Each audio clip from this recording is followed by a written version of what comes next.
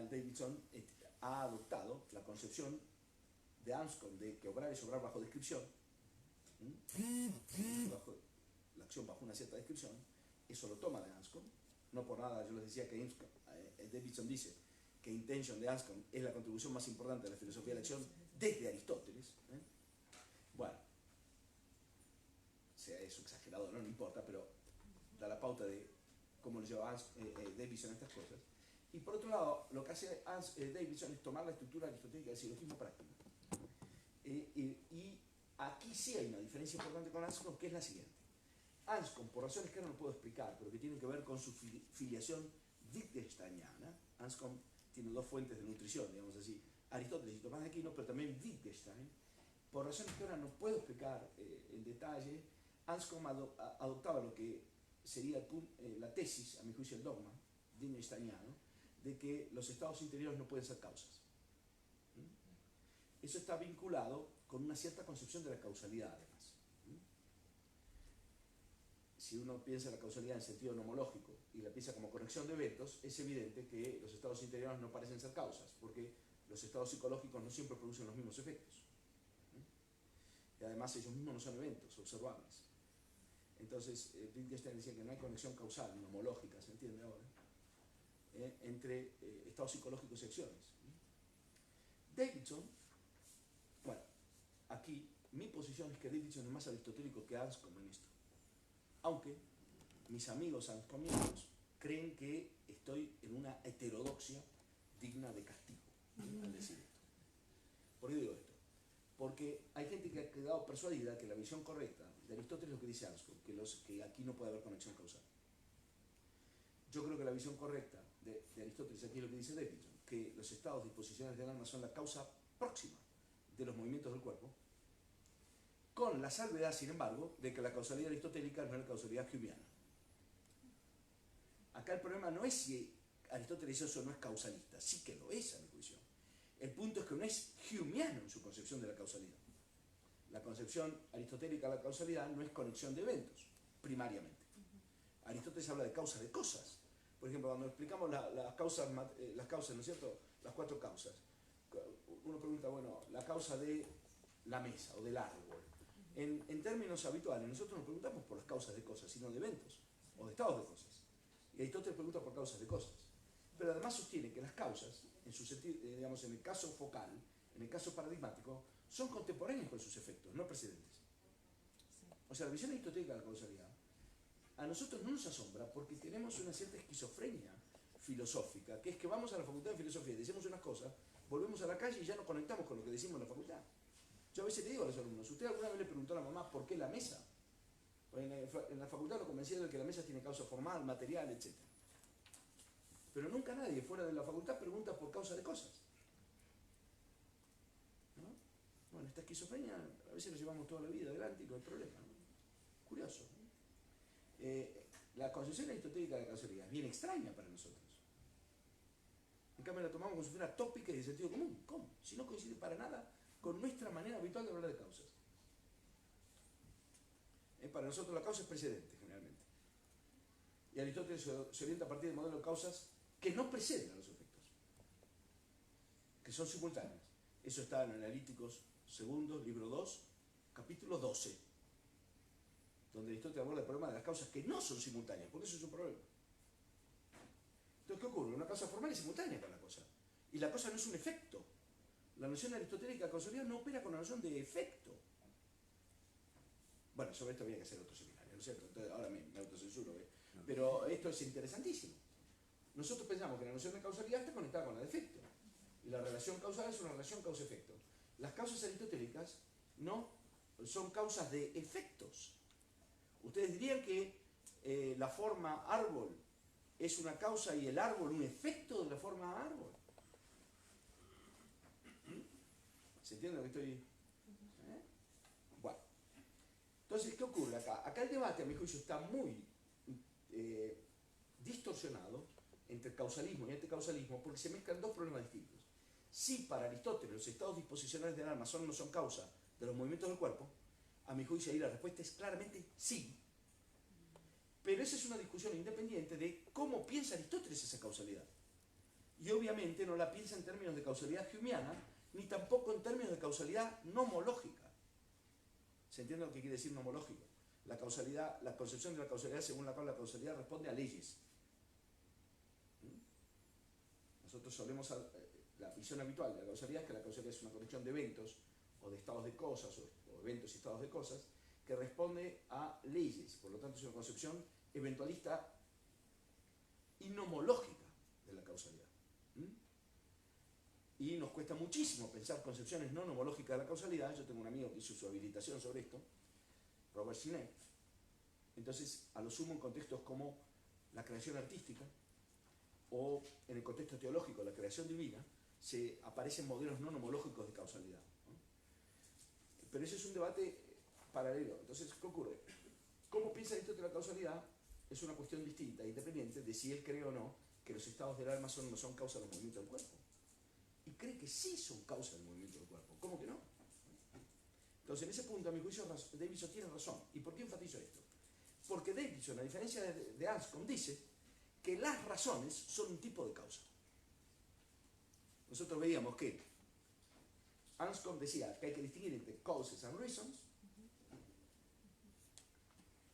y luego sostiene que la respuesta a la pregunta ¿por qué?, que alude a razones, no es una respuesta causal, porque las razones no son causas. Esa es la herencia wittgensteiniana de Anscombe. Y Davidson revoca eso y rearistoteliza esto, con independencia de que su concepción de la causalidad no es aristotélica, y aquí es donde habría que hacer el distingo, y dice, las razones son un tipo de causa. Es decir, que la respuesta por referencia a razones es un tipo peculiar de explicación causal.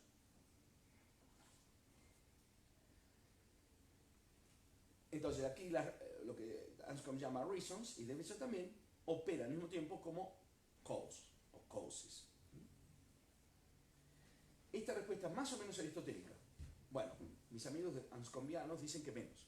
Yo digo que más. Porque, a mi juicio, tiene razón Davidson en pensar que cuando Aristóteles tematiza el silogismo práctico, los dos estados disposicionales, el estado oréctico, el estado desiderativo, y el estado cognitivo, la creencia, el belief, operan en su conjunción como causa del movimiento del cuerpo.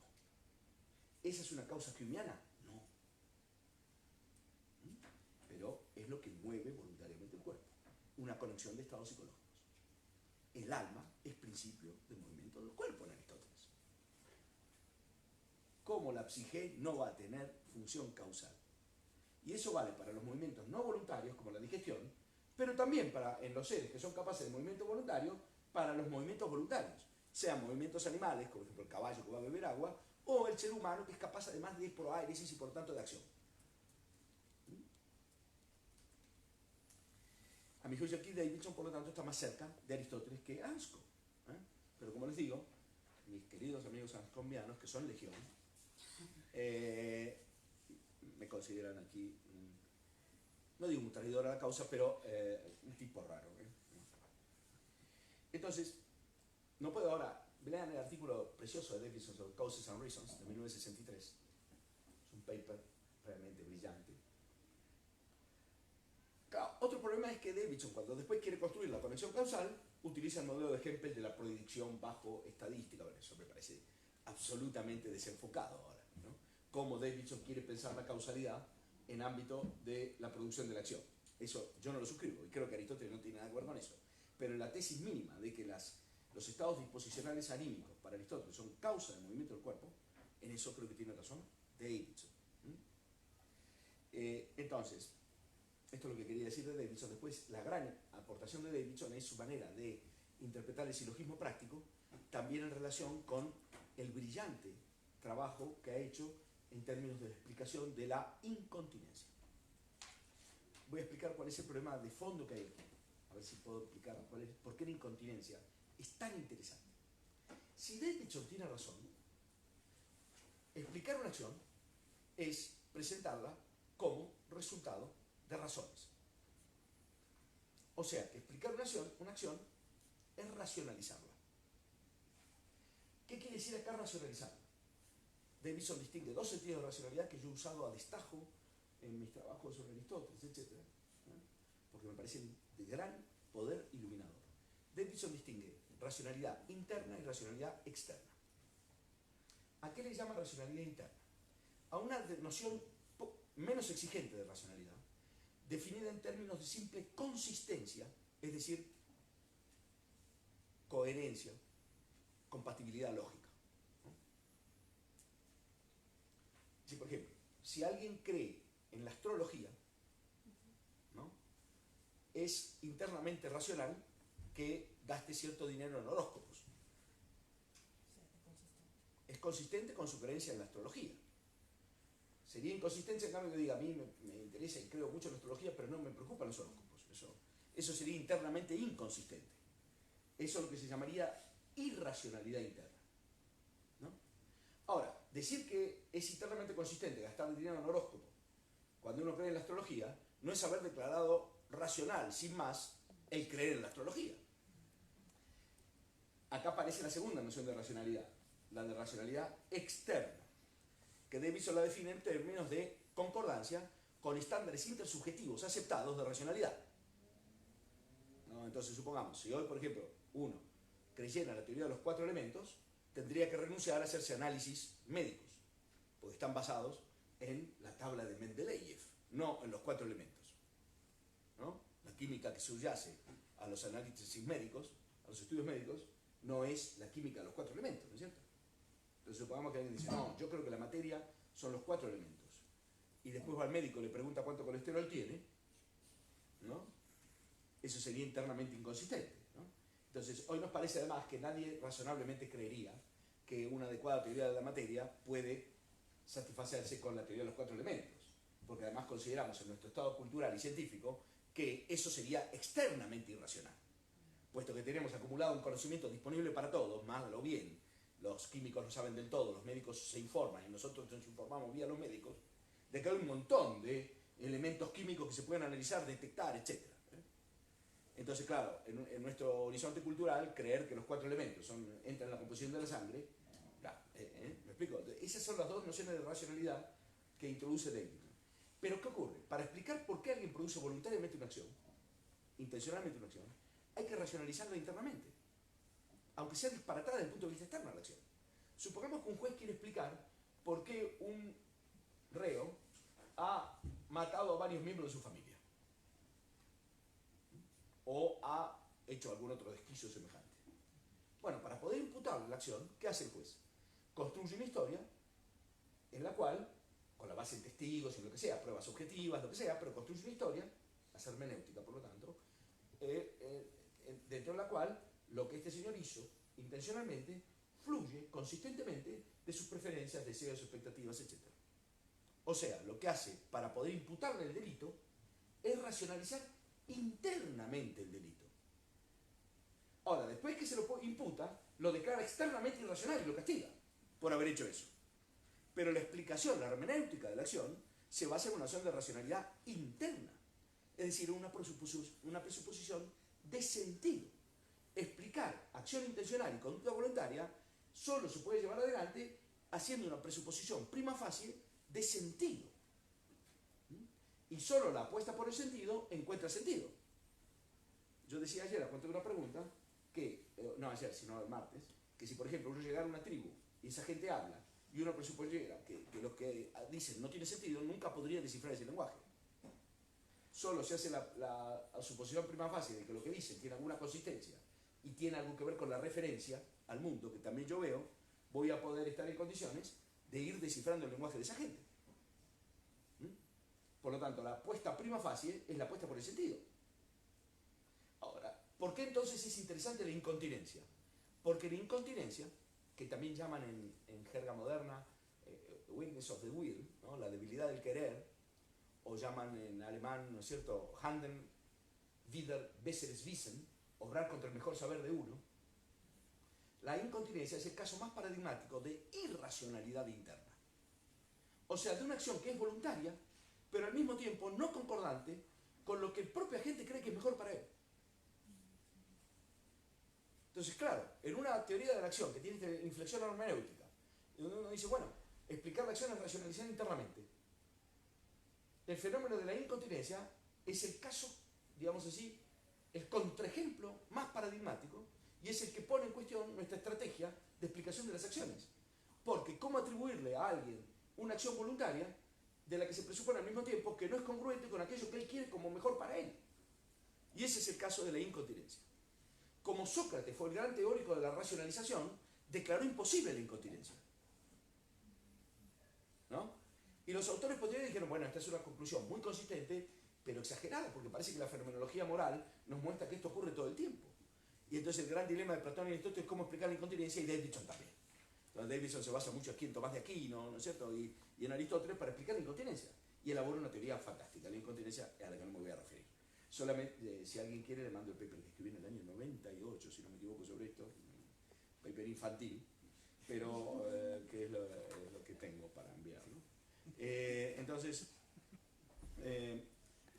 Pero el punto de el interés de la incontinencia es este interés sistemático, que tiene que ver con que la incontinencia es un caso, digamos, especialmente difícil para toda una estrategia de explicación de la acción, en la cual la estrategia habitual de explicación de la acción es una estrategia de racionalización interna, siendo la incontinencia el caso modelo de irracionalidad interna, no externa. Por ejemplo, el que dice que es un ferviente creyente en la astrología, pero le trae un horóscopo y dice no me interesa. Eso sería irracionalidad interna, ¿no? Entonces uno ahí podría sospechar que en realidad no cree en la astrología. Así lo resuelve Sócrates. En realidad no hay irracionalidad interna. Este dice que le interesa la astrología, pero es mentira. Como cuando el diabético que se come el postre dice que él está muy preocupado por su diabetes. Mentira, dice Sócrates. Si estuviera preocupado no se comería el postre. Entonces Sócrates describe eliminativamente esto y Platón en el Protágoras parece aceptar eso, pero luego en la República introduce una diferenciación de fuentes de motivación en el alma, explicando por qué uno a veces hace cosas, incluso voluntariamente, que no están de acuerdo con los estándares de racionalidad que uno mismo adopta para sí. Y esa sofisticación psicológica de presentar el alma como fuente de deseos irracionales, que aparece en Platón, está llamada a dar una mejor explicación desde el punto de vista de la producción de la acción del fenómeno de la incontinencia. Y Aristóteles sigue por ese camino y Davidson también luego, ¿no? Bueno, Davidson elabora una teoría de la irracionalidad que es la contracara de su teoría de la racionalidad, que es fantástica. Recomiendo el volumen 5, la obra completa de Davidson. Davidson tiene unos ensayos ahí hasta sobre Freud, ¿no? En problemas de irracionalidad. Es un autor que a mí, porque Davidson es un analítico, discípulo de Quine, que en su vejez se fue desmarcando y llegando casi al borde de la hermenéutica galameriana.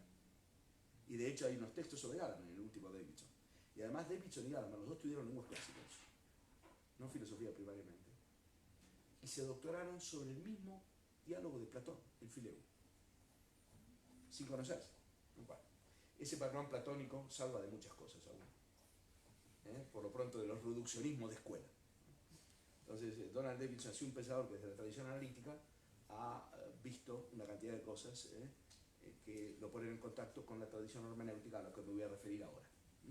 En la teoría davidsoniana de la racionalidad hay una inflexión cada vez más holística, más coherentista, que aproxima mucho a los enfoques de carácter hermenéutico que encontramos luego en la tradición continental, para hablar desde la isla.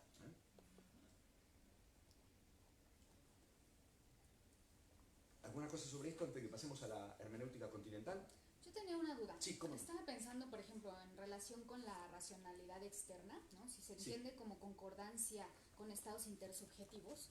O sea, ¿qué pasa, por ejemplo, y pienso en la ciencia, ¿no? Claro. Concretamente en lo que, por ejemplo, Kuhn denomina los cambios paradigmáticos, claro. ¿no? Porque puede existir justamente como dos propuestas de racionalidad externa. Sí, claro, una que justamente trata de invalidar la otra porque la dimensión que le es propia del paradigma ya no explica ciertos sucesos, justamente, ¿no? Es decir, hay como ciertos casos que son contraejemplos que no pueden necesariamente como poder resolverse, y entonces surge otro tipo de racionalidad externa. Sí, claro. Entonces tenemos como dos competencias de racionalidad externa, ¿no?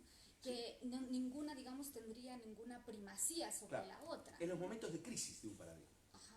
Claro. No, claro. A ver, la racionalidad tiene una historia. ¿Qué quiere decir? Racionalidad externa, en un sentido modesto, es decir, bueno, es congruente con ciertos estándares en ese momento aceptados y compartidos. ¿Qué quiere decir? Bueno, hoy no es racional externamente creer en la teoría de los 4 elementos. ¿Por qué? Porque la evidencia acumulada que hay sobre la estructura de la materia, pero era racional, que era la teoría de los 4 elementos, en el momento en que se formuló en Grecia, porque no había mejor evidencia disponible. Entonces no es una teoría del conocimiento y de la verdad, eso, ¿no? Sino de que es razonablemente admisible, por así decir, ¿no? Entonces eso se reformula. Por eso yo ponía que el caso que hoy los estándares nuestros harían irracional externamente decir que uno se va a analizar la sangre con la teoría de los 4 elementos. Pero eso es lo que hubiera hecho cualquiera en otro momento, nosotros mismos. Entonces, ahora, hay momentos de crisis de esos estándares en los que uno a veces no sabe qué hacer racionalmente. ¿A qué dar sentimiento? Claro. No, sí, totalmente de acuerdo. Entonces, ¿qué ocurre? Que hay momentos en los que uno no sabe bien qué sería mejor desde el punto de vista de los estándares compartidos, porque es que resulta que el consenso sobre eso está en crisis o se va agrietando, ¿no? Claro. Y ahí hay otros estándares que a veces es que estándares más procedimentales que decir, bueno, cuando un consenso empieza a agrietarse hay que ver qué medidas prudenciales se pueden tomar que sean conciliables a lo mejor con no decidir esa cuestión. Bueno, hay muchas maneras de gestionar eso, pero claro, esa es la historia de cómo vamos redefiniendo, digamos así, lo que son nuestros estándares, digamos así, de enjuiciamiento de lo que cuenta como racional en un momento. Claro. Pero digamos, esta dimensión, ¿no?, tendría una repercusión también en un extravío de la racionalidad interna, ¿no? En estos claro, por supuesto, claro, porque a veces uno acierta siendo irracional, pero eso no es recomendable. ¿Qué quiere decir? Claro, la irracionalidad es una política, digamos, irrecomendable en general, pero existe la suerte, en esto, la suerte epistémica. ¿No?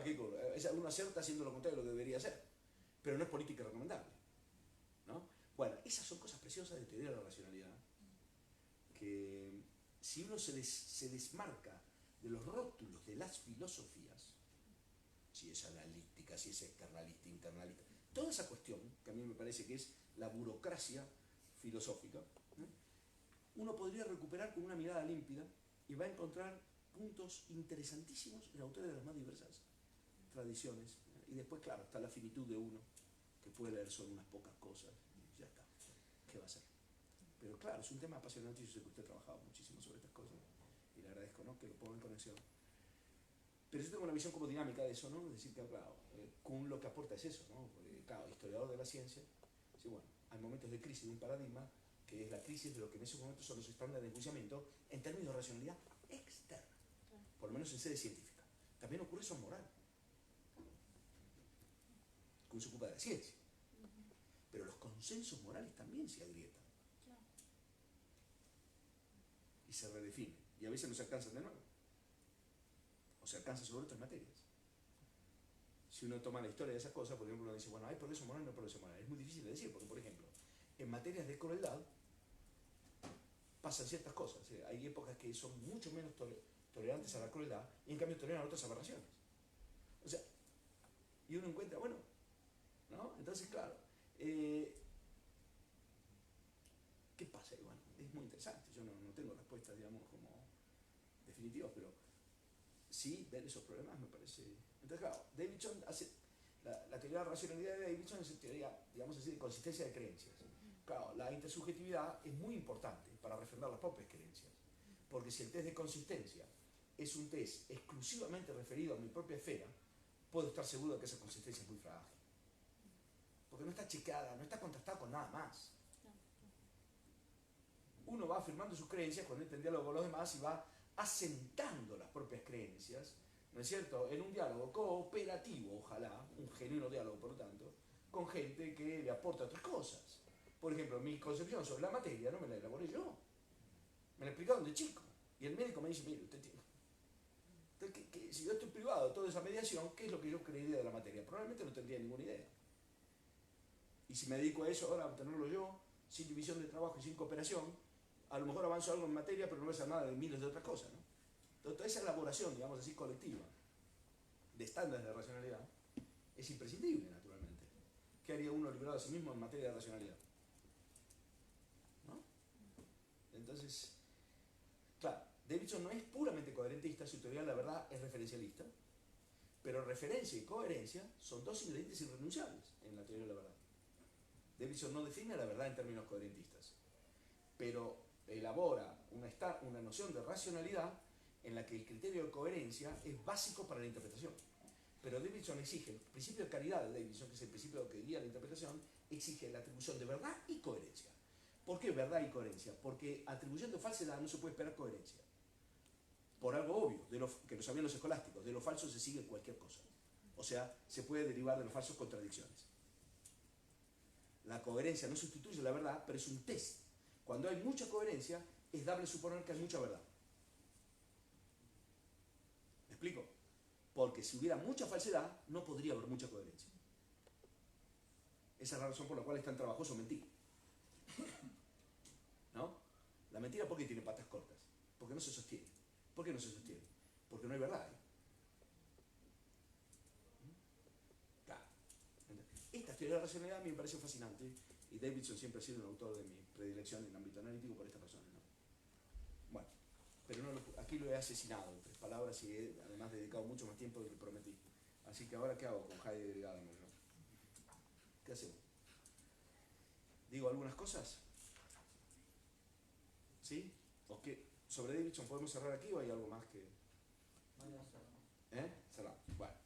Entonces voy a decir muy pocas cosas sobre Heidegger y Gadamer. Ustedes mandan, pues. Pero tenemos que también recobrar el gusto para lo que es importante en esa tradición, porque resulta que si no, uno se pierde de apreciar cosas valiosísimas. Eso sí que es una pena. Como que en la filosofía hay tanto apreciable, y uno simplemente por sus propias anteojeras, antiparlas, o sea, por lo cuadrado que es uno, se pierde de apreciar cosas. Perdón. Entonces, voy a decir algunas cosas sobre la inflexión que tiene la recepción hermenéutica de Aristóteles. Aquí hablo en términos generales de hermenéutica, no hago mucho distingo. Gadamer fue hermenéutico Heidegger fue hermenéutico un tiempo, pero de viejo dijo, la hermenéutica es el asunto de Gadamer, no me metan a mí con estos asuntos. No me metan en esas cuestiones, ¿no? Pero la recepción, digamos, gadameriana, heideggeriana, y después Ricoeur no lo voy a mencionar, pero también está en esa línea, de Aristóteles, porque hay una cosa muy interesante, ¿no? Si uno toma el Aristóteles analítico, y uno ve, por ejemplo, gente como Anscombe, pero otros posteriores, von Wright o David Charles, la gente que ha hecho mucha filosofía de la acción analítica basándose en Aristóteles, la excepción aquí hasta cierto punto es Donald Davidson en su vejez sobre todo. La inflexión de la concepción analítica, de la recepción analítica de Aristóteles, es focalizar el problema en la producción de la acción particular. O sea, enfatizar lo que yo llamo la proéresis particular.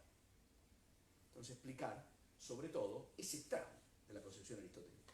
Mientras que si uno va a la concepción hermenéutica, a la recepción hermenéutica de Aristóteles, la tendencia general es la contraria, es enfatizar el momento holístico de la comprensión, ¿no? Y por lo tanto, lo que llamé la prohairesis ascendente, la prohairesis 2, que en su último modo de realización es la elección de un modo de vida.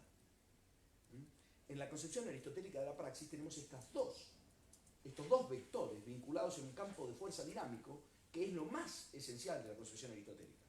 Orientación teleológica de carácter cuasi holístico o tendencialmente holístico, por un lado, y sujeción situacional. Actuar es actuar siempre en particular, pero sobre la base de un esbozo global autocomprensivo, de una cierta autocomprensión de la propia vida, que es de carácter global. Si uno no está en condiciones de hacer esto o otro, no hay sujeto de praxis. Ahora, la praxis se juega en lo particular todo el tiempo. Entonces, la tensión productiva entre sujeción situacional y orientación holística teleológica es lo más distintivo, a mi modo de ver, modestamente, de la concepción aristotélica de la praxis. No es casual, por lo tanto, que la recepción contemporánea de eso haya podido enfatizar más o menos cada uno de esos vectores. La marca, digamos así, de origen, la marca de identidad de la concepción hermenéutica de la racionalidad es enfatizar el otro vector, el segundo vector, el vector holístico teleológico. Y eso explica por qué es como es la recepción heideggeriana de Aristóteles y también la gadameriana. Esa por lo menos es mi creencia sobre estas cosas, ¿no? Si uno va a Heidegger, yo aquí adopto el dictamen de uno de sus más severos críticos. El dictamen elogioso de un crítico siempre suele ser creíble. Ese crítico es Ernest Turnhat. Si hay alguien crítico de Heidegger hasta el hartazgo es Turnhat, ¿verdad? Pero tuvo su libro que se llama Self-Bestimmung, bueno, no me acuerdo ahora la primera. Self-Bewusstsein und Selbstbestimmung, autoconciencia y autodeterminación, está publicado en español en la UNAM, traducido en la UNAM. Dice en su tratamiento de Aristóteles que Heidegger fue uno de los pocos que vio que el carácter aristotélico, lo dice Aristóteles, ¿no? Que lo más propio, el rasgo más distintivo de la concepción aristotélica de la acción es el carácter autorreferencial. Y que ese carácter autorreferencial es lo más creativo de la concepción heideggeriana de la subjetividad también, ¿no? Pensaba además en términos ejecutivos, etc. Bueno, eso tiene que ver con la orientación holística que tiene toda la concepción aristotélica y que Heidegger fue uno de los primeros que tuvo ojos para ver en sede contemporánea y para recuperar creativamente. Entonces yo no puedo ahora hacer muchos incisos sobre esto, he escrito algunas cosas sobre estas cuestiones, hay gente en la sala además que es experta en esto, pero voy a decir muy brevemente un par de cosas, ¿no? Lo que hace Heidegger aquí es apropiarse entonces de esos elementos de la concepción aristotélica que le sirven en buena medida para echar luz sobre estas estructuras autorreferenciales de carácter totalizador de la agencia, que son las que él tiene en el centro de la mira en su propia concepción de la existencia humana. O sea, esas estructuras de carácter, digamos así, autorreferencial y totalizador son las marcas distintivas de la genuina agencia para Heidegger, en su propia concepción. Y entonces en su lectura de Aristóteles pone un énfasis muy decidido en esos aspectos.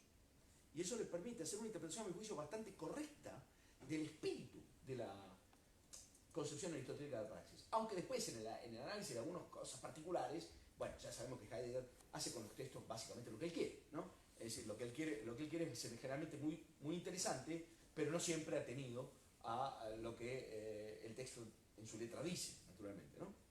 Pero más allá de eso, sí que es filológicamente muy adecuado el énfasis puesto en estos aspectos de carácter autorreferencial y totalizador, porque eso es lo que yo creo también, quizá influido por el propio Heidegger, naturalmente, pero pienso que es arguible desde el texto aristotélico como tal, eso es lo más característico de la concepción aristotélica de la praxis, sin ninguna duda. Si uno lee desprejuiciadamente la Ética de Nicómaco, uno encuentra eso, digamos, ya desde el comienzo. Que es decir, que en realidad solo puede estar en condiciones de ser un agente de praxis aquel que está en condiciones de obrar sobre la base de una cierta concepción de la propia vida. Y de optar por un modo de vida. Bueno, Aristóteles eso lo dice literalmente, ¿no? Como un niño no puede hacer eso, todavía no es agente de praxis. Como un animal no llega a eso, no es nunca agente de praxis. No es la eficacia causal, por lo tanto, el rasgo distintivo. Bueno, Heidegger eso lo advirtió muy claramente, ¿no? Entonces Heidegger se apropia de algunos motivos de muchos. Hay quien, el gran Franco Volpi, ha tratado incluso ha mostrado que gran parte de ese tiempo puede ser leído como un intento de ontologizar y convertir en estructurales elementos que aparecen en la concepción que Aristóteles presenta de la praxis en la Ética de Nicómaco. Eso hay que ponerle naturalmente más y menos y hay que hacer muchos pero como tesis general es muy productivo eso, aunque después uno tenga que decir, bueno, cuidado con esto, ¿no es cierto? O por qué falta esto, por qué falta en serie tiempo una teoría de las virtudes, porque, bueno, todo eso es negociable, pero que aquí hay algo, digamos, como de fondo, muy valioso, que es que Heidegger pudo ver estructuras ontológicas de la existencia humana a través del filtro que le proporcionaba la concepción aristotélica de la praxis. Eso me parece un hallazgo muy importante, ¿no? De los trabajos pioneros de Franco Volpi a mediados de los 80. Entonces, si uno ve cómo Heidegger en sus cursos anteriores a ese tiempo se apropia de Aristóteles, Heidegger está encaminándose a la concepción que luego presenta sin referir tanto a Aristóteles ya en ese tiempo, pero en los cursos anteriores es todo el tiempo. Ya Gada me había dicho que el que iba a clase de Heidegger se encontraba en la presencia dominante en esos cursos era siempre Aristóteles. Y eso hoy que tenemos publicado las lecciones, podemos constatar que es el caso, porque la cantidad de idas y vueltas con Aristóteles, la retórica, la física, la metafísica, la Ética de Nicómaco, bueno, todo, ¿no? Una y otra vez. En esos años es muy impresionante. Entonces, ¿dónde podemos ver algunos aspectos de esta recepción de Aristóteles? Bueno, hay un curso que no está dedicado a Aristóteles en el título, pero sí en los hechos, que es un curso que Heidegger sobre el sofista de Platón. Tomo 19, la obra completa, un curso del año 24-25. Y en realidad Heidegger dice ahí algo rarísimo, que es que para entender a Platón hay que ir de lo claro a lo oscuro, y lo claro es Aristóteles, lo oscuro es Platón. Así que para llegar a Platón pasa primero por Aristóteles.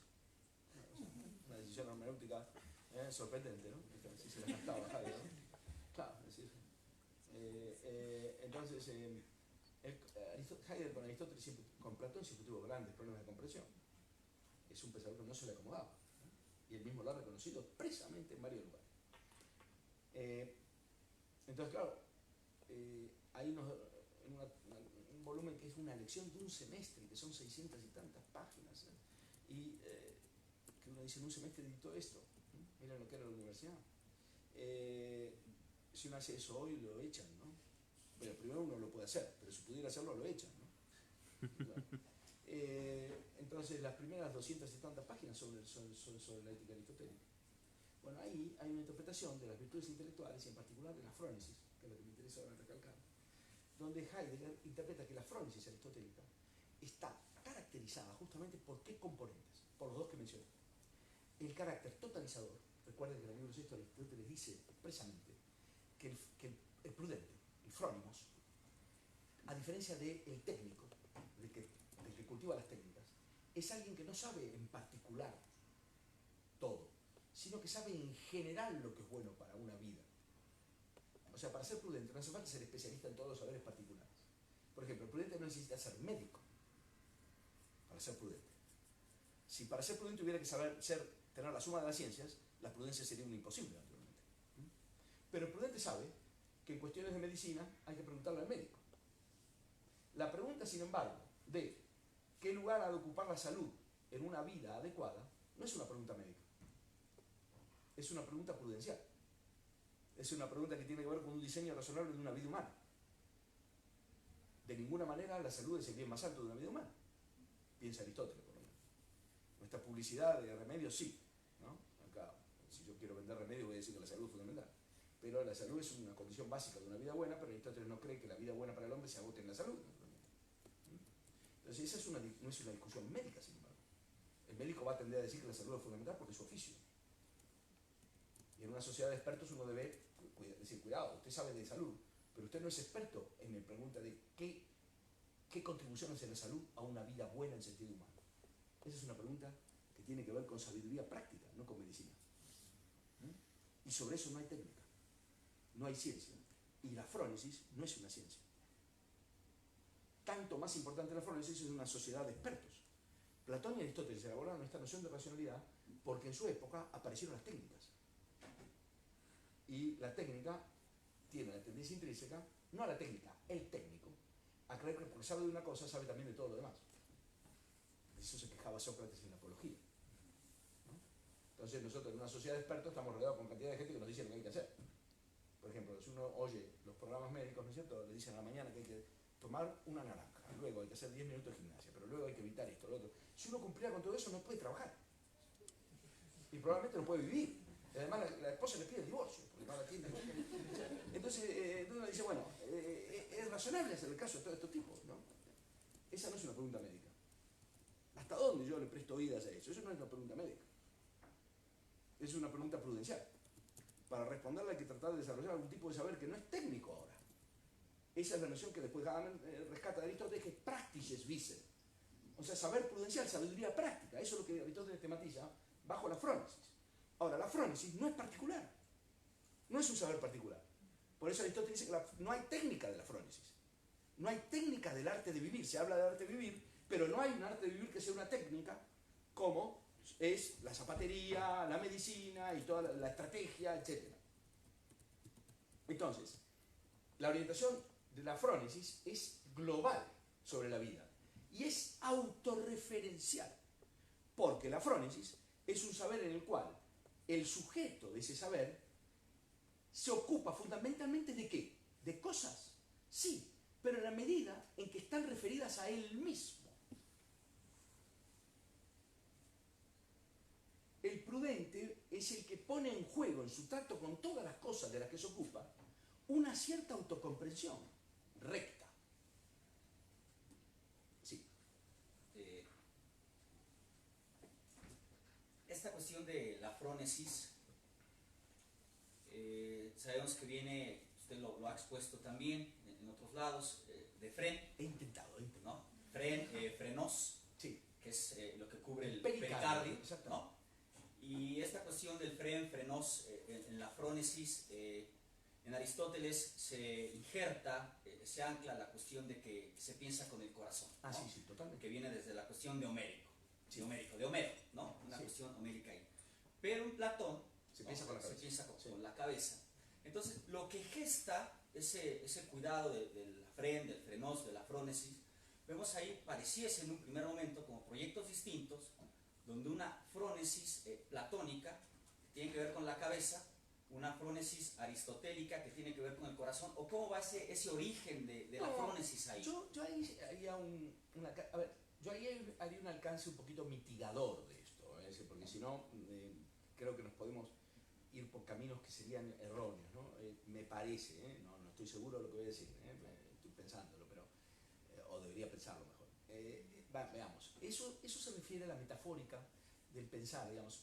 Quiere decir, cuando uno, por ejemplo, toma el libro extraordinario de Bruno Snell, el antiguo filólogo clásico, cuando en la época la gente estudiaba de verdad, perdón, yo de viejo estoy cada vez peor, pero sopórtenme un poquito, ya termina esto. Cuando se estudiaba en serio. Entonces Bruno Snell hizo su tesis doctoral sobre las expresiones del saber en Grecia. Tesis doctoral que hoy, bueno, si eso fuera el requisito para ser profesor, estamos todos usurpando el cargo, porque uno no es capaz de hacer eso, y este le hizo la tesis doctoral a los 20 años. ¿Qué ocurre? La metafórica del conocimiento, del pensamiento en Grecia, tiene múltiples canales. Si uno va a los escritos homéricos, se piensa con las frenes, con el pericardio, con el corazón. No se radica el pensamiento en la cabeza. Curioso eso, ¿no? Para nosotros es curioso. Pero nosotros decir que pensamos con la cabeza es un hablar también. ¿Quién piensa con la cabeza? O sea, yo no sé si pienso con la cabeza. Yo sé que pienso. ¿Me explico? Pero ¿cómo localizarlo? Bueno, en fin. Entonces, se localizaban las frenes, el pensar, ¿no? Las frenes también están muy vinculadas, eso tiende a, en cierta forma, asimilar bastante el pensamiento a la emocionalidad también. Porque la metáfora habitual, universal del corazón es que es el sentimiento, ¿no? Ahora decimos que sentimos con el corazón, ¿qué es una metáfora? Pero ¿qué ocurre? Que uno se acongoja, siente como una opresión en el pecho, y si se le da una emoción muy grande, muy negativa, le da un infarto, ¿me explico? Entonces, esas razones hacen que uno lleve a analogar, digamos, a como si fuera a darle cierta sede al pensar y a la emoción, y en este caso esa sede es muy vecina, porque se empieza con las frenes y se siente también con el corazón, y todo eso está en la zona torácica, no en la cabeza. En la antigüedad arcaica, porque Homero ni siquiera tiene una visión unificada del cuerpo. No hay una palabra que indique cuerpo en Homero singular. Eso también lo veo de Snell. Hay un libro de Bruno Snell que está traducido al español, el segundo libro de Snell, que se llama Die Entdeckung des Geistes, el descubrimiento del espíritu. En español lo tradujeron como las fuentes de no sé qué, las fuentes de la civilización, no sé, un título como hacemos con las películas, ¿no? Que no tienen nada que ver los títulos. Pero está traducido al español. Bruno Snell, S-N-E-L-L. Entonces, en Entdeckung des Geistes, Snell pone a las vasijas de la época griega y muestra cómo los griegos en la época de Homero dibujaban a las personas como hacen los niños hoy, sin unir los miembros. Un círculo en el medio y luego separado los brazos, ¿no? No están pegados. Como que no hubiera percepción completa. Y en el vocabulario homérico, todas las maneras de referirse al cuerpo es en plural, neutro, por ejemplo, los miembros. Pero no hay, soma no se usa para el cuerpo en Homero, se usa solo para el cadáver. Entonces, como Snell esto lo sabía entero, sacaba consecuencias interesantes estas cosas. En Aristóteles uno se encuentra con la siguiente situación. La manera en que Aristóteles piensa el cerebro es rarísima, porque piensa que es un refrigerador de la sangre. Pero Platón ya en el tiempo había puesto el pensamiento en la cabeza. Bueno, pero yo esto ahora no diría que de ahí derivan dos ideas distintas de la frónesis. Eso me parecería dar demasiados pasos, ¿no? Porque el Platón tardío dice sobre la frónesis básicamente la misma cosa que Aristóteles. Lo que pasa es que no tiene, Platón lo que no tiene es estabilizado el vocabulario. Platón nunca distinguió nítidamente frónesis de Sofía en el vocabulario. Pero la caracterización del saber práctico que Platón hace, por ejemplo, en el Político, en sus escritos de vejez, es muy parecida a la que hace Aristóteles en Ética Nicómaco. El vocabulario, sin embargo, no está estabilizado, porque Platón no fija el vocabulario técnico como hace Aristóteles. Entonces, ¿qué ocurre? Platón le llama frónesis a veces lo que Aristóteles llama Sofía, y a veces lo que Aristóteles llama frónesis, y a veces lo que Aristóteles llama episteme. Si quieren ver eso, pueden ver el libro de Jäger sobre Aristóteles, donde el libro de Jäger tiene muchos puntos que han quedado un poco ya atrasados, pero el capítulo sobre la frónesis y la evolución de frónesis, si ustedes toman la evolución de frónesis en Aristóteles, van a ver que en los escritos tempranos de Aristóteles, frónesis está empleada como la usa Platón. Por ejemplo, en la Ética Eudemia. No está empleada en el sentido de la Ética Nicómaco. Bueno, en fin, estas son cosas maravillosas, pero ¿qué va a ser? La vida es breve, uno hace lo que puede. ¿No? Y entonces, claro, pero el Platón tardío elabora una idea del saber práctico que es muy parecida a la aristotélica, es decir, la aristotélica platónica. En el Filebo, etc. Por eso le interesaba ganar eso. Bueno, me fui un poco con la rama, perdón. Doctor, nada más, no me quedó muy claro el argumento de por qué no habría como técnica o por qué no habría técnica de lo prudencial. Claro, porque la técnica está concebida en Aristóteles como un saber particular que proporciona una competencia en un campo de objetos, no extrapolable a otro campo. Por eso preguntaba, ¿por qué por ejemplo, los consejos prudenciales, por qué no podrían ser también como... Solo hay consejos prudenciales de cosas de las que no hay técnica. No tiene sentido dar consejos prudenciales en medicina. Pero, por ejemplo, si yo digo, no deberías tomar ácido sulfúrico. Claro, pero ese es un consejo prudencial que se basa en cosas que sabe la técnica, ¿no? Cosas que la técnica nos pone a disposición. Así, en sede prudencial nosotros contamos con el conocimiento técnico. Uno cuenta con el conocimiento técnico en sede prudencial. Pero uno no necesita ser químico para decir eso. Sí, sí. Ahora, ese es un resultado de la química, ¿no? Entonces, después, cuando hay una especie de jurisprudencia establecida de saber técnico, por ejemplo, hay un estado de la medicina, hay un estado de la química, hay un estado de la metalurgia. Bueno, el prudente tiene que contar con esos resultados, pero él no podría reconstruir todo eso. O sea, él no necesita ser químico para hacer un uso sensato de los resultados de la química con ayuda del químico. Pero no se puede hacer como el reverso también. Es que no, o sea, yo simplemente lo pregunto porque no... Ahora, lo que quiero decir es esto. No es que el químico no sea prudente, ¿me explico? Las personas no son solamente químicos. Un químico además es un agente prudencial moral. Estos son tipos de saberes, no personas. No tipos de personas, ¿no? Entonces un químico puede ser prudente, pero no en cuanto meramente es químico. Es prudente si además de químico puede ponerse en relación con otras cosas que la química ya no le enseña. ¿No? O sea, por ejemplo, todo esto que hay ahora de hacer coaching y este tipo de cosas que pretenden de alguna manera como hacer como de lo prudencial como un tipo de disciplina que se puede enseñar. Bueno, hay falsificaciones del saber prudencial, ¿no? Claro. Y hay modo de hacer dinero vendiendo saber prudencial entre comillas. ¿Quién hacía eso en Grecia? Los sofistas. Esto es más viejo que el hilo negro. Entonces uno puede decir, te haré virtuoso si vienes a mis lecciones, o te haré coaching ontológico. Bueno, ok. Hay una habilidad que al género humano nunca se le puede desdeñar, que es la habilidad de vivir del cuento. Pero en fin, perdón, ¿eh? En eso nuestra competencia es difícilmente superable, pero en fin. Claro, pero el punto no es que el químico no va a ser prudente ahora, ¿no? El químico que es prudente sabe que la química no lo explica todo. No extrapola la química. El médico que es prudente sabe que en unas otras materias debe consultar a otro experto porque él de eso ya no sabe nada. ¿Me explico? Entonces la articulación de saber de experto y saber prudencial es el problema del siglo V griego. ¿Por qué? Porque aparecieron las técnicas y explotaron. A nosotros nos parece que no hubo explosión tecnológica en Grecia. Sí, la hubo. Para nosotros es una tecnología como elemental. Pero en Grecia eso es como, ahora está lleno de expertos. Ya no hay que el papá lo sabe todo. Entonces, si el papá no lo sabe todo, ¿a quién voy para que me lo enseñe? Y a Protágoras, por ejemplo. Pero Protágoras me dice cosas que mi papá dice que están mal. Ahí viene el cortocircuito. ¿Cómo se reconduce eso? Bueno, hay que entender muy bien cuál es el alcance del saber técnico. ¿Se acuerdan de la apología de Sócrates? Sócrates dice que va, como él cree que no sabe nada, y el oráculo le dice que no hay nadie más sabio que él. Señor, bueno, va a haber a 3 tipos de sujetos, ¿no? Va a los políticos y concluye lo que tenía que concluir. Estos sí que no saben nada. Pero esto es la apología. Y luego va a los poetas. Y los poetas hacen cosas maravillosas, pero no saben nada tampoco. Lo hacen por una inspiración, pero cuando se ponen a explicar lo que querían hacer, es patético. Y dice, mejor no me explique la obra, déjame que yo la entienda, porque no la quiere explicar. Y luego van los artesanos, y estos sí sabían. ¿Pero qué problema tenían? El síndrome del taxista bonaerense, que creían que porque sabían una cosa lo sabían todo. ¿No? Esa es la apología. Y ese es un problema que está en el siglo V en Grecia, no es un problema inventado.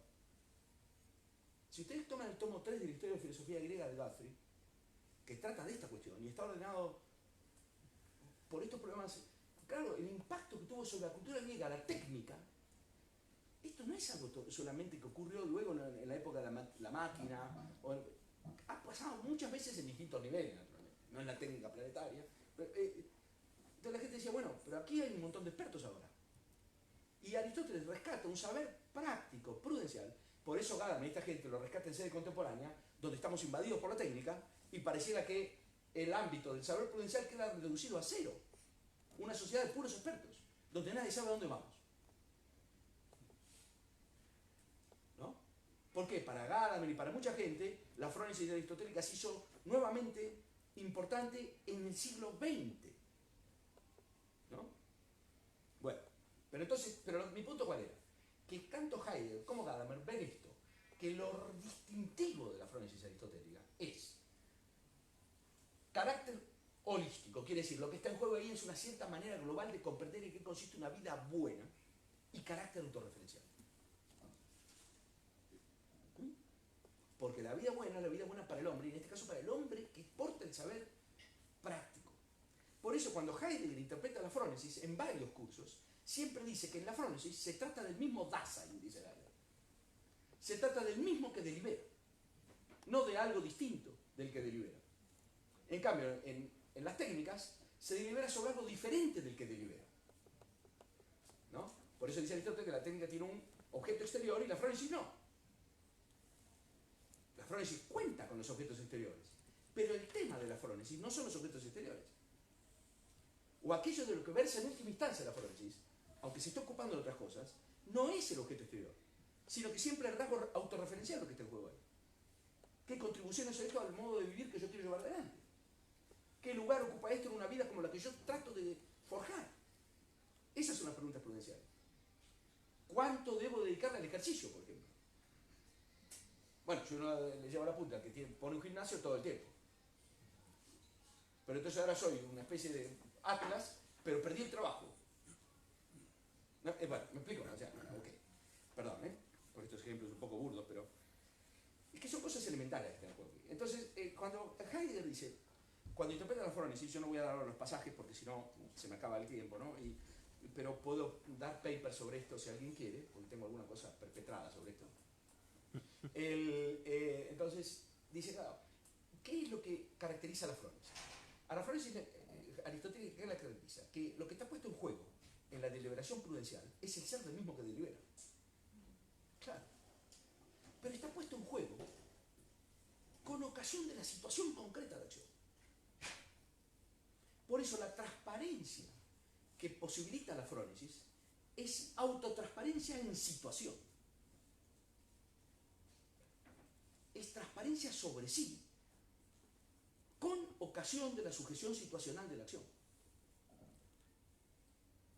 De tal manera que el aquí y ahora queda puesto en conexión con una visión global, digamos así, con un proyecto total de las propias posibilidades, y adquiere relevancia por referencia a ese proyecto total y queda entendido sobre esa base, iluminado sobre esa base. ¿No? Entonces, claro, Heidegger dice, bueno, como Aristóteles describió la frónesis de una manera en que lo que muestra es que desde el comienzo al fin del actuar, desde la elaboración más amplia, la deliberación más concreta y la producción de la acción, la frónesis ilumina la totalidad de ese contexto de actuación. Pero la frónesis no es una teoría general sobre mí mismo. No es una especie de autoanálisis desligado del hacer. no es psicoanálisis, donde yo trato de encontrar mi yo yendo a las profundidades cavernosas del super yo, del ego, no sé. No, es que yo me encuentro a mí mismo haciendo lo que hago aquí y ahora, siendo el que soy.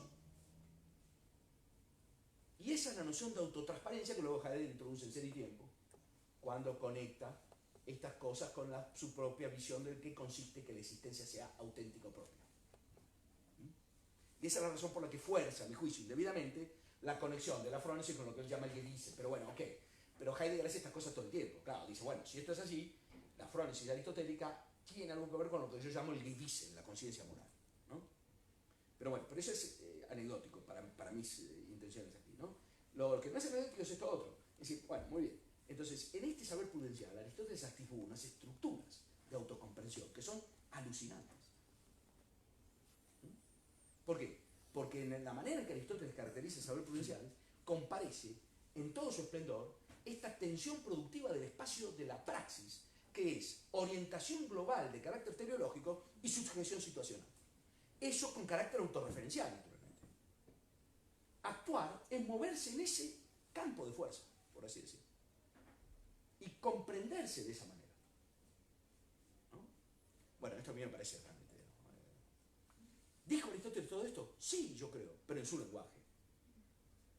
Pero claro, estas filosofías que a lo mejor hacen violencia a los textos a veces, y que filológicamente no hay que nunca al alumno decirle, diga eso porque esto está mal, lo que permiten es que a pesar de sus errores filológicos, muchas veces ponen en valor cosas que sí que están correctas, y que las interpretaciones normales dejan escapar supinamente, porque carecen de rigor filosófico ahora, o de, más que de rigor filosófico, de punch filosófico, ¿eh?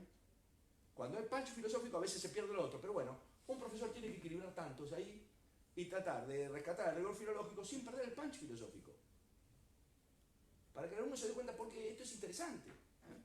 Ok, no sé si eso se logra, pero en todo caso es el intento, ¿no? Bueno, esa es la conexión, que lo que puedo decir básicamente sobre cómo Heidegger lee la Phronesis. Naturalmente Heidegger conecta la Phronesis aristotélica con lo que él llama el Gewissen. Hay varios textos sobre esto, ¿eh? Y hay bastante discusión de en qué medida eso puede ser así o no. Es insólita la forma en que Heidegger conecta, porque naturalmente la temática del Gewissen es una temática distinta. La noción de conciencia moral en la antigüedad, con ese énfasis que tiene el término alemán Gewissen, Gewissen es la conciencia que a mí me remuerde. No es la conciencia en sentido de la autoconciencia. El Gewissen es el que a mí me dice mal. O sea, el que produce remordimiento de conciencia, que jamás me alaba. Una conciencia que alaba es una conciencia farisaica, o sea, una no conciencia. El Gewissen nunca alaba. Es un juez interior, dice Kant. El juez, a lo sumo, aprueba fríamente. Calte mínimo. Vaya, por esta vez pase. No le puedo probar un delito. Pero no, lo felicito, es usted un prócer social, ¿no? Eso. Esa autoalabanza es fariseísmo, autorreferencial. El fariseo, no sé, va al templo y dice, gracias Señor que no me hiciste como estos. Me has hecho tan modesto. ¿No? Eso Kant lo trata como la ausencia de Gewissen. La negación del Gewissen es el fariseísmo. En ser kantiano, ¿no? Bueno, entonces claro, el Gewissen es eso. Esa noción de conciencia que me imputa a mí mismo, que me autoacusa, no está, hasta donde yo modestamente entiendo, así, con esa nitidez en la filosofía griega. Hay que esperar muy tardíamente de la influencia cristiana para que esto adquiera ese rasgo, digamos así, a veces torturante, inquisidor. Muchas de las razones por las cuales gente moderna no quiere tener nada que ver con el cristianismo es me llena de culpas. Porque la conciencia me la pasa acusando. Bueno, pero eso no es el cristianismo, la conciencia. Ahora, uno puede también tener terapia de conciencia y decir, bueno, me siento culpable y me tomo un Prozac. Claro, ok, hay distintas maneras de lidiar con eso, pero quiero decir, pero la inflexión esa existencialista más fuerte tiene mucho que ver con la idea cristiana de la libertad y con un montón de otras cosas. Y de que uno en el accionar se juega muchísimas cosas en cada acción particular.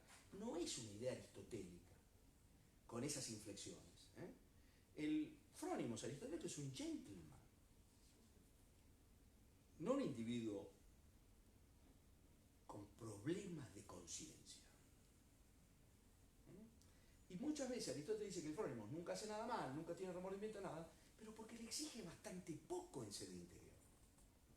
Piensen ustedes las cosas que dice Aristóteles sobre el fronismo con lo que pide Kant del examen de conciencia, que dice que es atravesar por las cavernas infernales del autoconocimiento. Esos no son énfasis griegos. No sé si me explico. Y Heidegger toma esas cosas con unos énfasis que son Kant, Lutero, Kierkegaard, Agustín, San Agustín, que lo marcó otro, San Pablo, que se cayó del caballo. Esas son la gente que marcó a Heidegger con esas inflexiones, no Aristóteles, naturalmente, a mi modesto modo de ver. Entonces, el punto aquí, ¿cuál es? Que, claro, que Heidegger dice, bueno, lo que Aristóteles ve en la frónesis tiene algo que ver con lo que yo veo en la conciencia moral, que es la sede, el locus de la posible autotransparencia. Vamos a decir, es como el locus de la posibilidad del reconocimiento del autoengaño, o sea, es el locus socrático. No por nada, el deber del autoconocimiento es un deber socrático. ¿No? Entonces, y Kant lo retoma en su teoría de la virtud, etc. Entonces, Heidegger dice, bueno, la manera en que Heidegger conecta la frónesis con el Gewissen es porque hay un pasaje donde Aristóteles dice que a diferencia de la técnica, la frónesis no se olvida. Bueno, Heidegger habla de una interpretación completamente inflacionaria. La razón por la cual la frónesis, la técnica se olvida, porque si uno no toca el piano durante muchos años, uno puede decir, uy, ya no toco más, que es lo que me pasa a mí, ya no sé tocar el piano.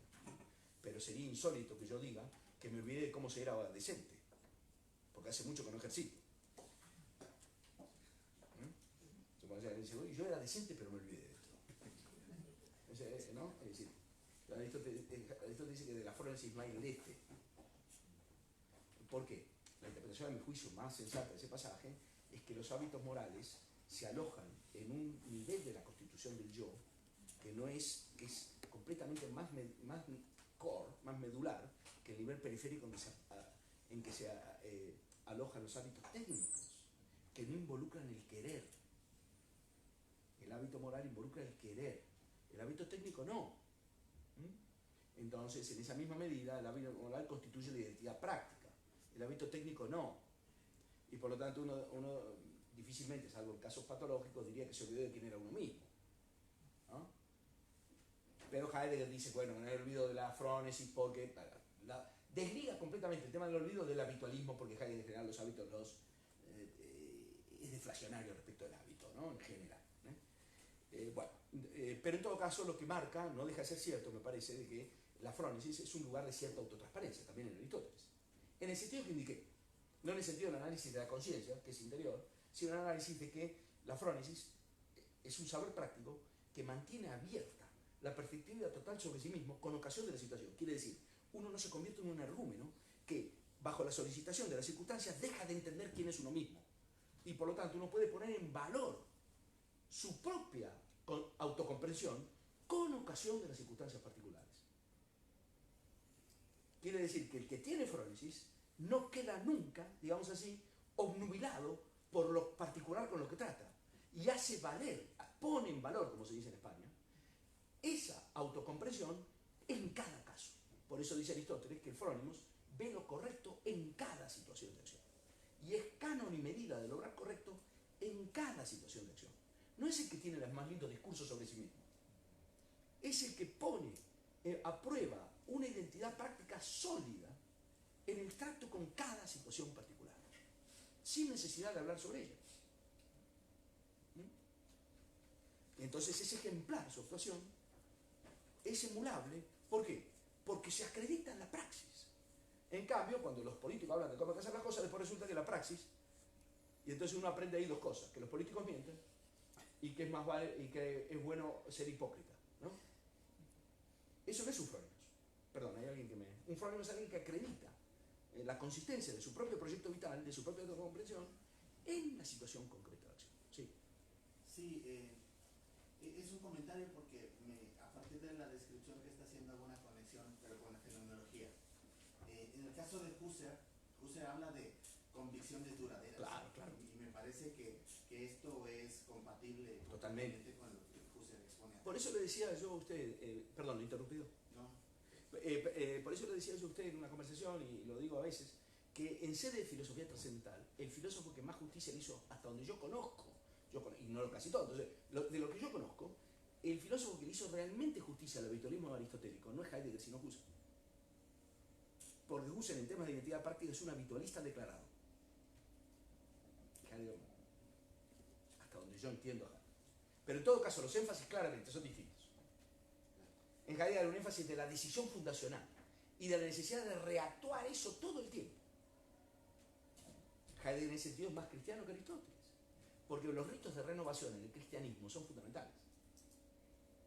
Porque uno tiene que estar todo el tiempo diciendo que cree. ¿Por qué? Porque está la idea de que el hábito es muy importante, pero si no se reactúa la decisión fundacional, degrada. Aristóteles es más un gentleman más tranquilo en eso. No hay que estar reafirmándose todo el tiempo en la identidad, sino que llega un punto en el cual uno puede descansar plácidamente en la habitualización. Y Husserl tiene un talante quizá un poquito más cercano a eso, pero no lo sé, en todo caso. Pero en todo caso, en sede de filosofía, no de talantes, si uno quiere buscar una teoría de identidad práctica que haga justicia en sede trascendental al habitualismo aristotélico, mi recomendación no es Heidegger, sino la concepción del yo práctico en Husserl. Pero es una recomendación, no más, ¿no? O sea, claro. Bueno, estamos sobre la hora, ¿puedo decir quizás dos palabras sobre Gadamer? ¿Dos palabras nomás? Bueno, ustedes saben que Gadamer fue uno de las grandes razones por las cuales la concepción aristotélica de la frónesis hizo tanta carrera en el siglo XX. No es lo único, ¿eh? Si quieren ver toda la historia de cómo se recuperó la frónesis aristotélica y también la política aristotélica en el siglo XX, hay que seguir lo que Franco Volpi popularizó bajo el nombre de Movimiento de la Rehabilitación de la Filosofía Práctica, que es un movimiento que en Alemania fue muy importante y Gadamer no fue el único, de ninguna manera. Está la escuela de Joachim Ritter y muchísimas otras cosas vinculadas con eso. Pero está claro que Gadamer, con esa manera de recibir la filosofía heideggeriana, haciéndola, digamos así, mitigando sus efectos más salvajes, por así decir, menos urbanos, como dice Habermas, ¿no? La urbanización de la provincia heideggeriana, ¿no? La hermenéutica de Gadamer. Bueno, en ese tono más de gentleman también ha hecho una recuperación muy interesante de la idea aristotélica del saber práctico. Yo no voy ahora a referirme a la estructura de la comprensión y todo eso, porque ahí eso es muy conocido en Verdad y Método, y bueno, en todo caso tampoco tenemos tiempo, pero quisiera decir dos palabras acerca de cómo Gadamer recupera en Verdad y Método, pero también en otros escritos, la noción aristotélica de frónesis.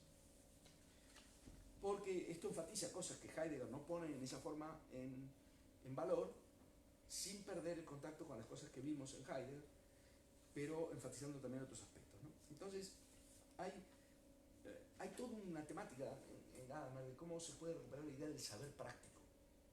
Porque Gadamer interpreta que la hermenéutica es sobre todo un saber práctico, ¿no?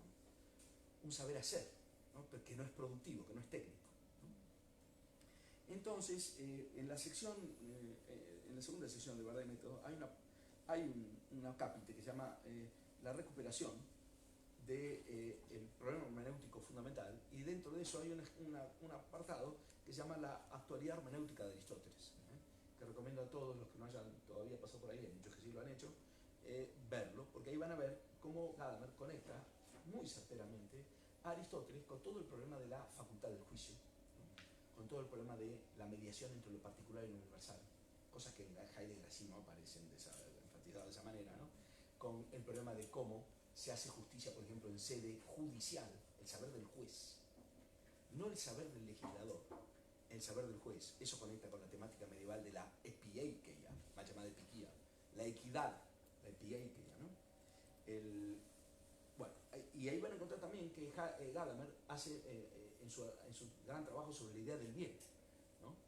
Desde Platón hasta Aristóteles, ¿no? Hay una recepción de toda esa idea del saber práctico en sede platónico-aristotélica que enfatiza estos puntos, ¿no?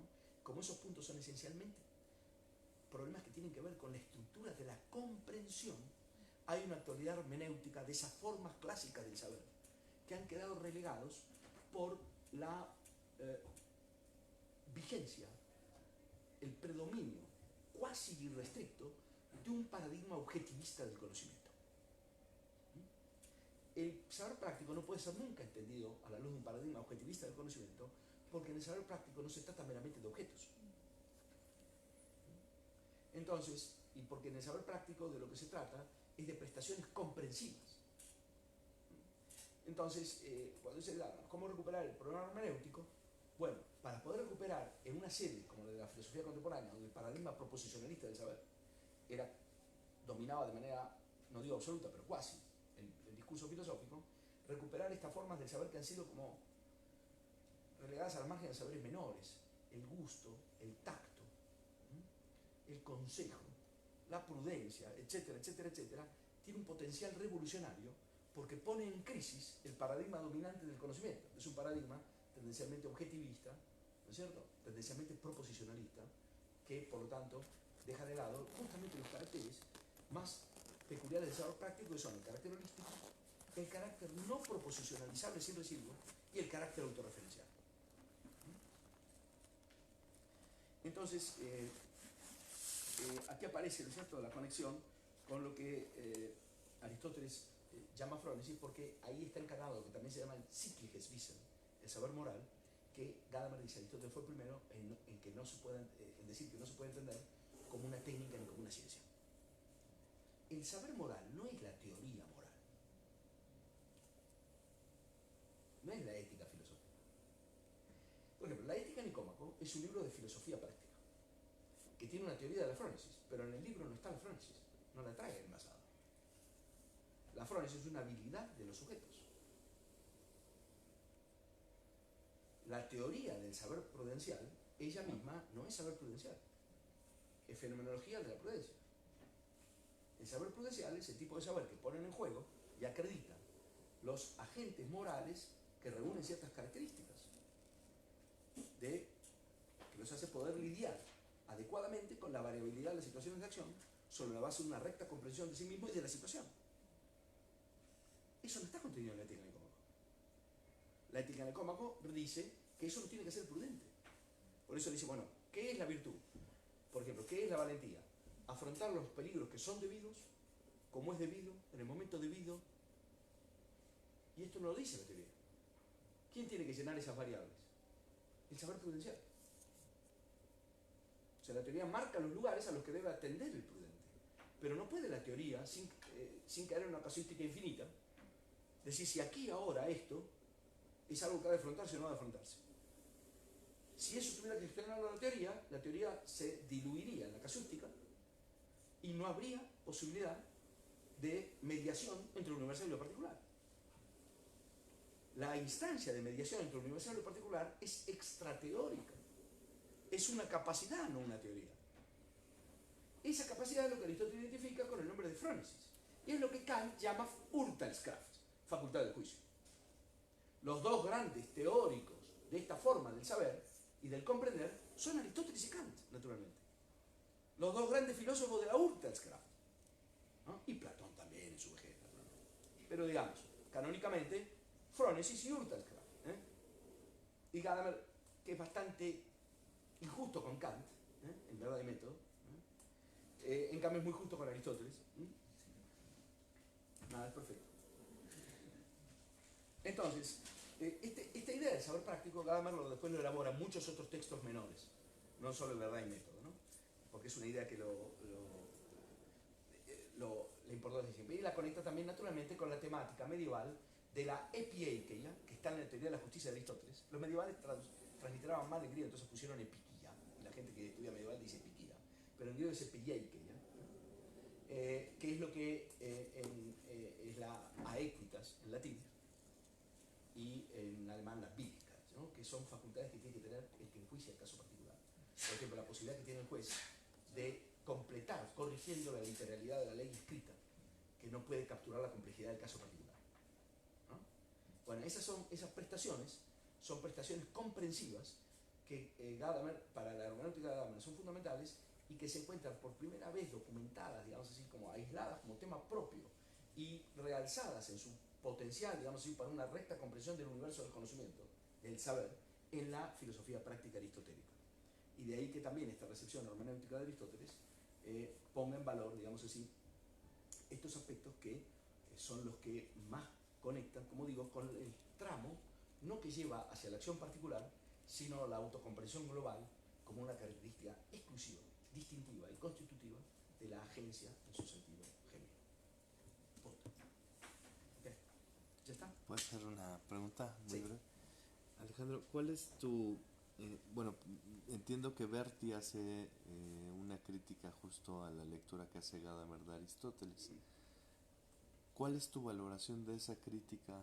Lo que pasa, a ver, yo fui amigo, soy amigo porque está vivo, pero hace mucho que no nos veo, de Enrico Berti, y lo considero el aristotelista vivo más importante del mundo.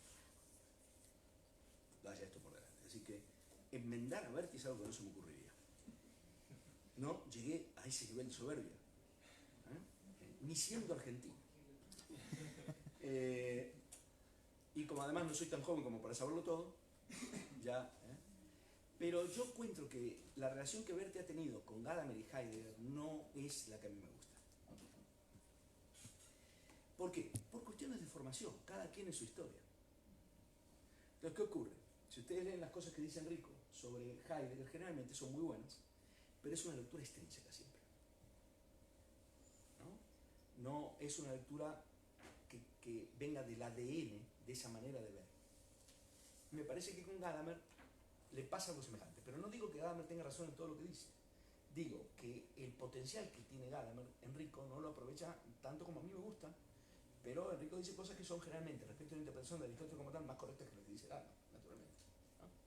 Entonces aquí hay que hacer ecuación entre esas dos cosas.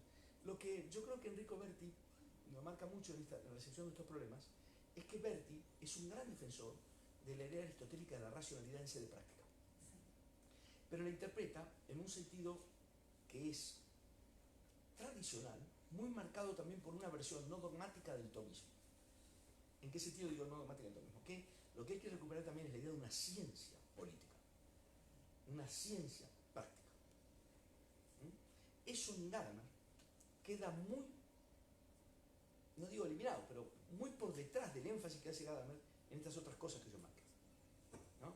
Como Aristóteles dice, sin embargo, en la ética, que la frónesis y la política son la misma capacidad, pero que se distinguen en su ámbito de realización. De ahí sale la vieja tesis de que la política, ¿no es cierto?, es un modo de realización de lo prudencial, ¿no? Y toda la filosofía política de cuño aristotélico va por ese lado. Eso no se encuentra así en otros autores, por ejemplo, no es lo mismo en Kant, no es lo mismo. Entonces, ¿me explico? Pero bueno, se hace lo que se puede en la vida.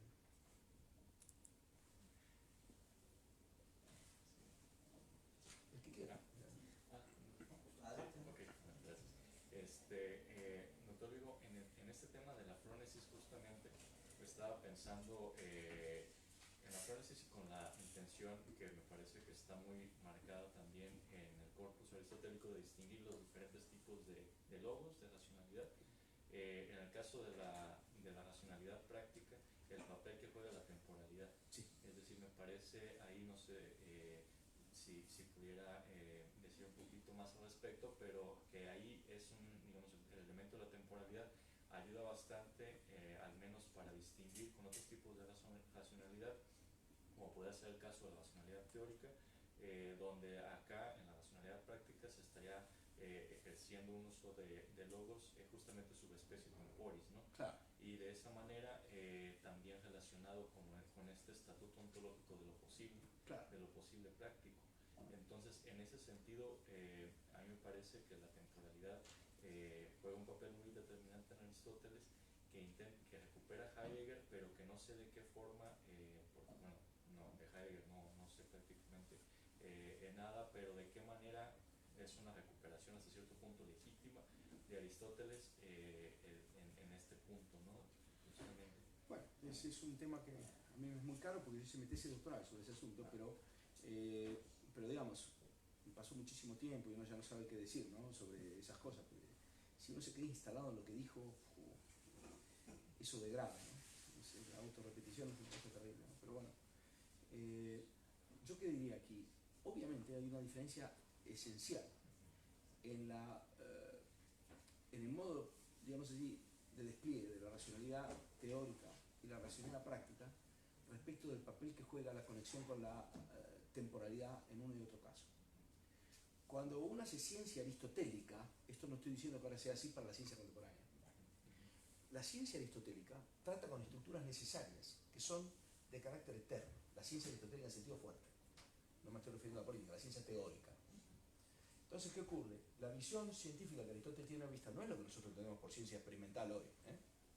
Por eso hay que tener cuidado. La noción aristotélica de ciencia es una noción muy restrictiva que no tiene nada que ver con lo que hoy entendemos por ciencia nosotros, ¿no?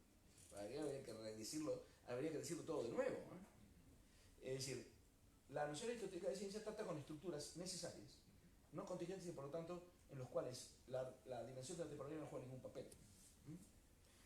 Tal que se puede decir que el que hace teoría aristotélica hace teoría sub specie eternitatis, desde el punto de vista del objeto, no desde el punto de vista de la actividad, porque él hace teoría un rato y después le da hambre y tiene que bajar, quiere decir que él no está en eso, él está sometido a la temporalidad desde el punto de vista de que la teoría es una praxis también, ¿no? Pero desde el punto de vista del objeto, la teoría se ocupa con estructuras que no son contingentes, en los cuales la variable temporal no juega ningún papel. Eso es imposible que ocurriera en ninguna forma del saber práctico. Porque el saber práctico, sub specie eternitatis, es una contradicción en los términos. El saber práctico es el modo de orientarse en el mundo en el cual, digamos así, yo tengo que encontrar respuestas adecuadas para situaciones aquí y ahora. Y tengo que tratar conmigo mismo desde el punto de vista de que me comprendo a mí mismo como una totalidad temporalmente extendida, pero no infinita, y una cantidad de otros ingredientes que son fundamentales a la hora de saber qué tengo que hacer ahora. Digamos, ¿no? Por ejemplo, ¿por qué? Por ejemplo, a veces por no ir a un lugar pago más caro algo? Y porque me voy a morir. ¿Me voy a morir qué quiere decir ahora? Que si yo tuviera todo el tiempo del mundo, no pagaría nada más caro por no trasladarme. Cuando yo no me traslado, digo, no, esto lo pagué 20% más, pero me convino por tal cosa. ¿Qué está en el fondo de todo eso? Que me muero. Uno podría decir que hay precios porque uno se muere. ¿No? Claro, esa es una estructura intrínsecamente práctica.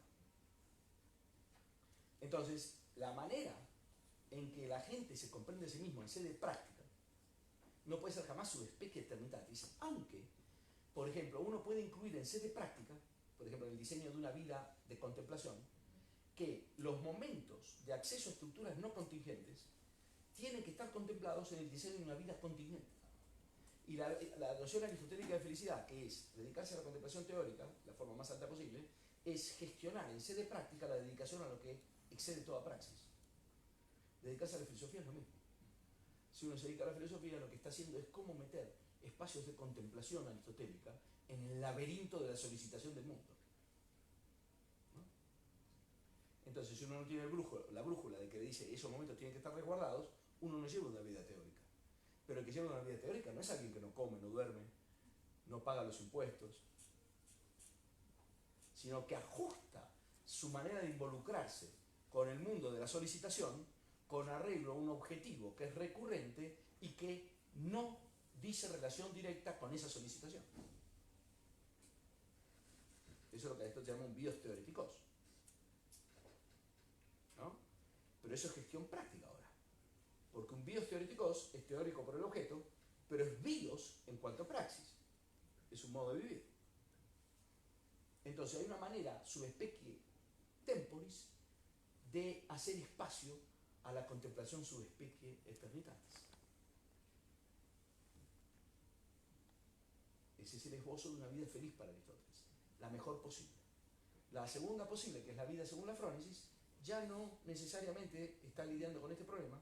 Por eso la gente se dedica a la vida según la frónesis, no tiene problema de decir, uy, no estoy escribiendo, no estoy estudiando, me piden un montón de gestiones. No sé si te suena.